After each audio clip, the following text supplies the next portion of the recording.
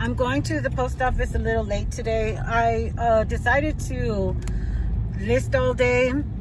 I was watching the Wednesday auction and I was listing. I participated in some chats that were about listing, you know, other work groups, so that when you're a reseller, you're kind of by yourself.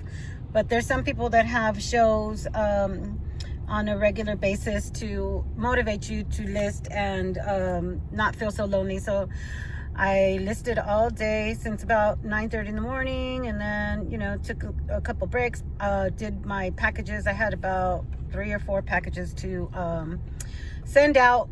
Then I watched the auction while I was also listing and organizing and stuff like that. I was cooking and doing my regular. I was really shocked that I sold this sweater that I bought for $1.99. I was really happily pleased because I had not had, I didn't sell, I don't think I sold one thing yesterday. And I was getting kind of depressed because I had listed all day and I didn't get any cha-chings. And then finally, I had sent out 3 offers on different items, and somebody came through, thank goodness. They purchased a sweater that was only $1.99 because the Salvation Army counted it as a sleeveless top, but it's actually a wool sweater made in Hong Kong, very vintage, from the 1950s or 60s. And I had listed this sweater. I had done research on it. I had asked fellow resellers, and also I had asked some people in groups on Facebook. There's a bunch of groups that tell you that are, I guess, experts on vintage clothing.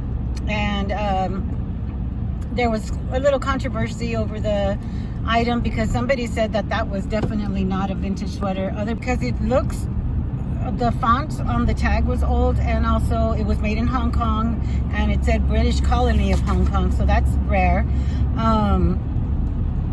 I saw a video not too long ago on YouTube from Courtney, again, Bolo Buddies, where she interviewed the founder of List Perfectly. I think her name is Clara.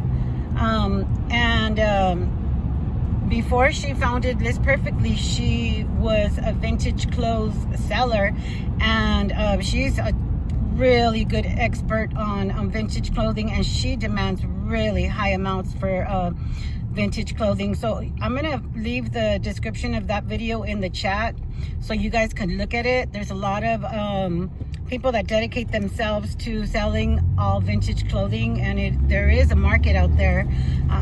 This sweater sold in about 2 months for $65. It cost $1.99.